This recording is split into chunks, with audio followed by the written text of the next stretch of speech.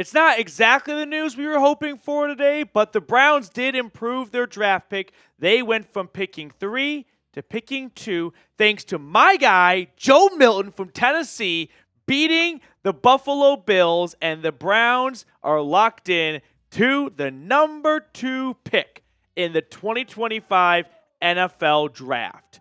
Titans are picking 1, Giants are 3, Patriots 4, Jags 5.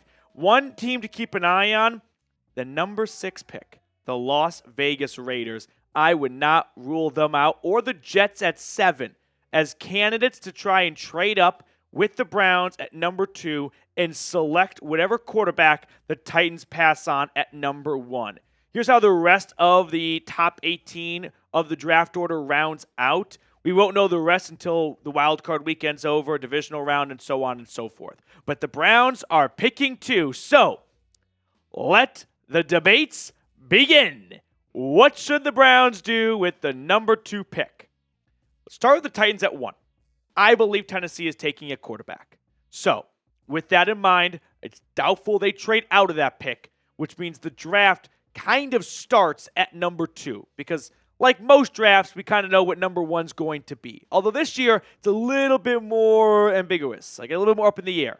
So I believe the Titans are going to go Cam Ward, quarterback out of Miami. If I had to pick right now, that would be my guess, which means any team wanting Shedeur Sanders, like the Giants. Remember when the Bears traded up a spot to get Mitch Trubisky? Sure, the pick didn't work out, but the thought process was, we don't want anyone to jump us. So we'll make sure that's impossible.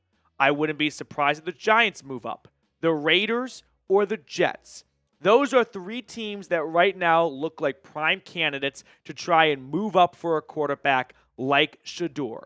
So with that in mind, let's have a conversation about whether or not the Browns should stay at 2, draft a quarterback, stay at 2, draft the field, or trade back.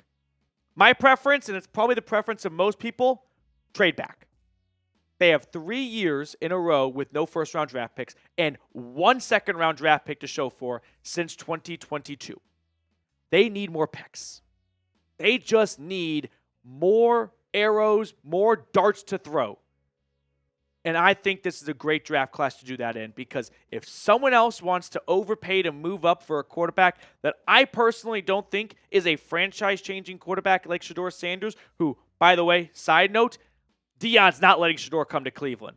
Now, that's not really great for Cleveland, because then teams know, well, you're not taking Shedeur, so either you're trading the pick or you're taking someone not named Shedeur, and we don't need to trade up with you. So we kind of need to pump the brakes on that narrative, because it's not great for Cleveland. We do need to build up Shedeur's draft profile. It is smoke and mirrors season to make other teams think the Browns want Shedeur Sanders. But I'm not interested in Shedeur for the Browns. If your reasoning is, well, a great way to turn things around is to get a rookie quarterback, well, that's not going to do you a whole lot of good if the rookie quarterback is no good, and next year you are picking top 3 again, searching for another quarterback, and all you've done is waste the 2nd overall draft pick. Let me ask you this. Let this serve as a test.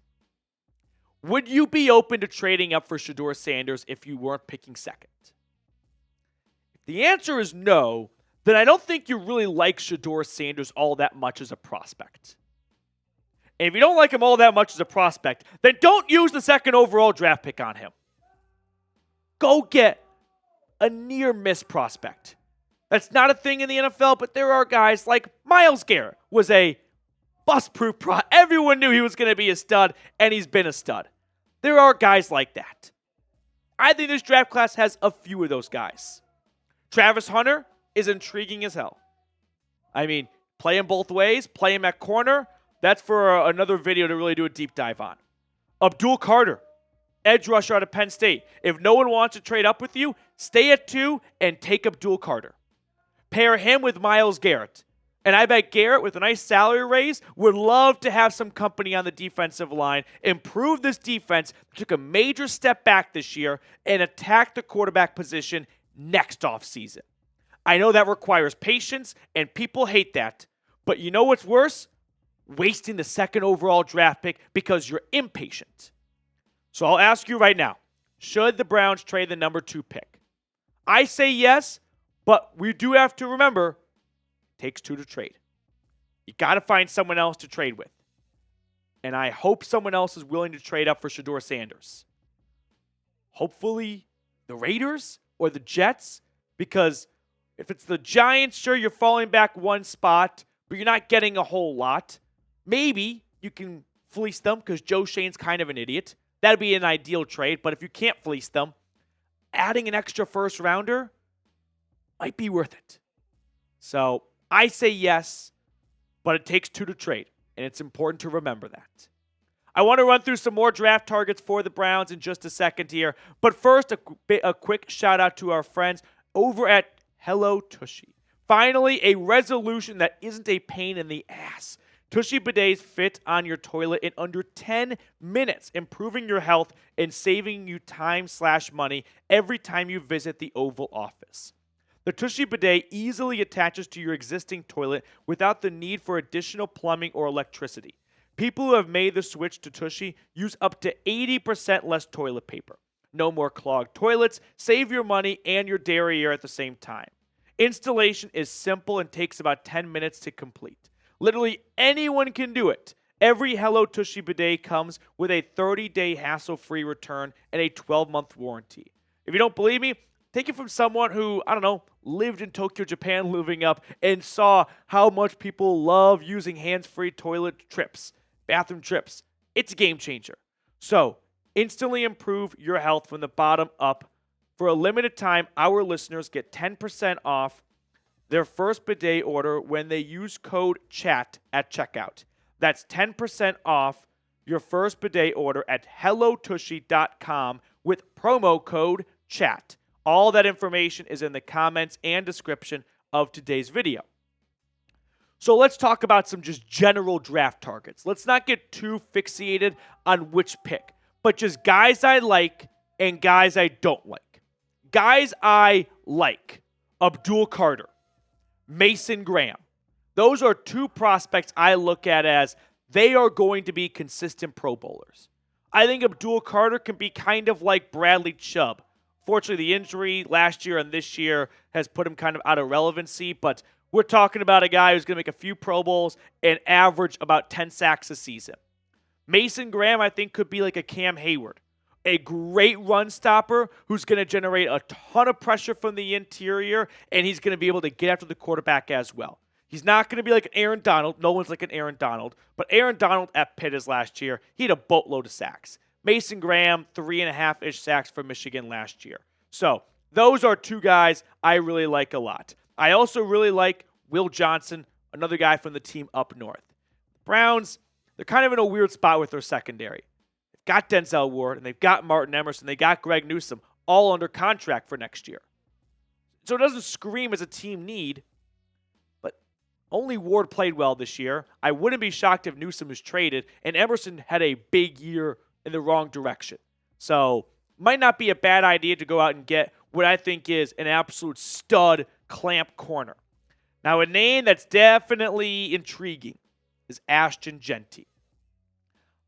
I like Ashton Jeanty a lot as a prospect. That's not a hot take. I think he's going to have a very good NFL career. I don't know if it's the right decision for the Browns, right? Take Saquon Barkley. Take Christian McCaffrey. 2 guys taken in the top 5 of the draft. McCaffrey just outside the top 5. But 2 guys that are wildly successful NFL running backs. Not with the team that drafted them. And that's my fear for Cleveland, is that they might skip to the dessert part of the buffet. When you have everything put together and you're missing a running back, you can skip to the buffet section skip to the dessert section of the buffet. I'm getting tongue twisted. The Browns, they've got bigger boxes to fill. I'd rather see them target running back in day 2 of the draft. And Jeanty, he might be a stud. And maybe that's something that people regret. But I don't think it's going to work in Cleveland because that offensive line needs work. That defense needs work.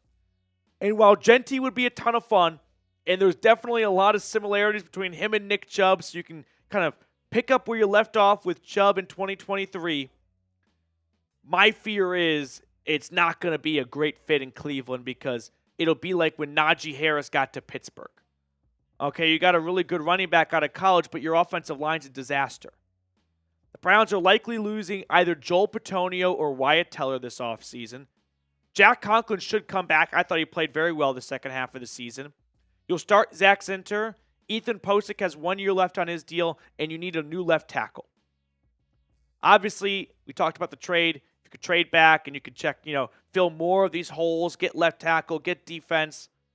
Running back, well, I do value it more than most people do. I don't think it's the right time for the Browns to use a top 5 draft pick on a running back. Just to me screams, hey, this is going to be a really good player, but it's not a good time for Cleveland to go after a running back because that's not going to ultimately get them over the hump and get them back into the win category. When I'm picking top 5, I want a guy that's going to get me back in the win category. And unfortunately, this draft class in general, I'd say like guys who are going top 5, everyone should go back 5 spots where they are selected based off where they'd go in most other drafts. It's not a great blue chip filled prospect class. There are probably 15 guys who have round 1 grades on them. And then there are going to be 17 guys who go round 1, but that's because 32 picks have to be made. A couple other players to watch for. Kelvin Banks, if the Browns trade back, that's the left tackle out of Texas. I'd be on board with that as long as he's going to play left tackle. You don't draft a left guard who didn't play guard in college top 10. You can do that with guys like Zach Martin and Quentin Nelson because they were ferocious guards in college football. I'm not interested in drafting a tweener top 10. Look how that's worked out for Peter Skoronski and the Titans. No. If he's going to play left tackle, fine. But don't draft a guy and move him in positions and take him top 10. That to me is not a very good idea. I wouldn't go with McMillan, the wide receiver out of Arizona. I like what I saw out of Jerry Jeudy. We can address other needs than wide receiver right now. And then I start to go further down this draft, big board and things like that, and you're picking top 2. You can be picky, right? You can go get the guy you want here. So that's going to do it for us on today's episode. The Cleveland Browns have the 2nd overall draft pick. Before we sign off, I do want to say thank you for reaching 40,000 subscribers on the final day of the regular season. We're in the 4-0 club, baby. So for everyone that's been watching with us all season long, I love you. Thank you, guys. And for everyone that's recently joined, best decision you've ever made on YouTube.